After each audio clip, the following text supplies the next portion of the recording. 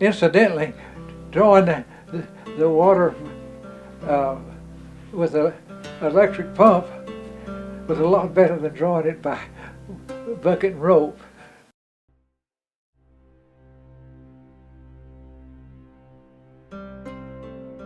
My name is really Woodrow Bradley, but most people know me as Sam Bradley.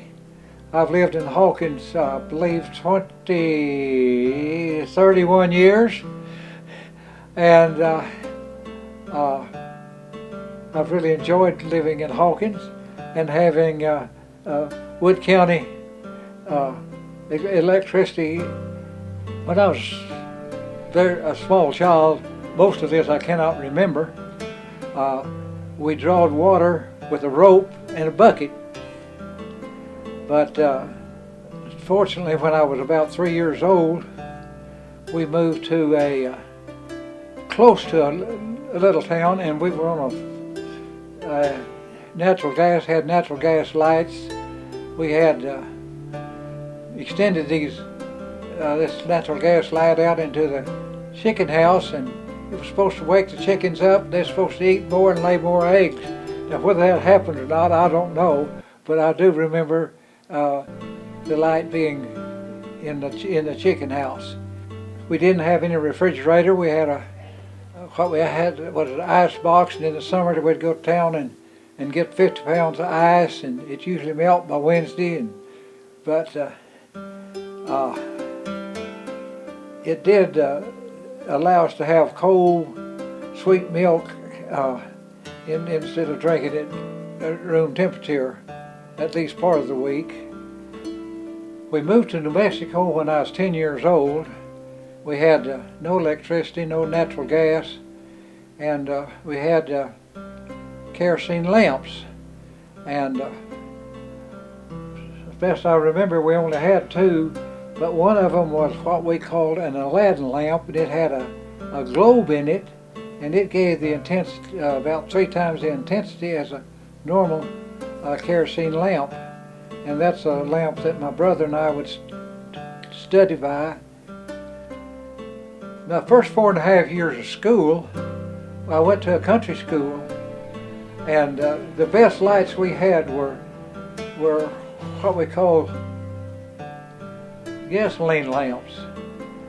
And if we had a school program, the residents would bring in their gasoline lamps, and they were a lot brighter than any kerosene lamp. And of course, it probably wasn't as bright as the electric bulb, but it gave us better light. And we had school programs at night.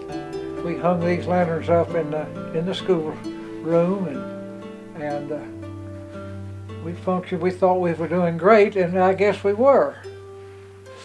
I think probably I was in junior high school, so I would have been about 14. We did get REA, rural electricity, and I remember that we had a porch light, and when we come in, the porch light would be on, and so we could get into the house without going through the dark. That's what I remember mostly about that. Before we got the electricity, we milked the cows by hand. We had a handheld milk cream separator that separated the cream from the milk, and we had several churns to make butter with, and all of these things became very handy when we had electricity and automation. I just want to say this, that electricity has really enhanced my life. I might go back to when I was a very small child.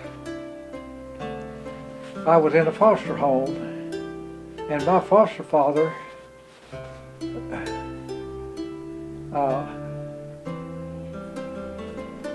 built and paid for his own electric line for about a half a mile so he could get on electricity.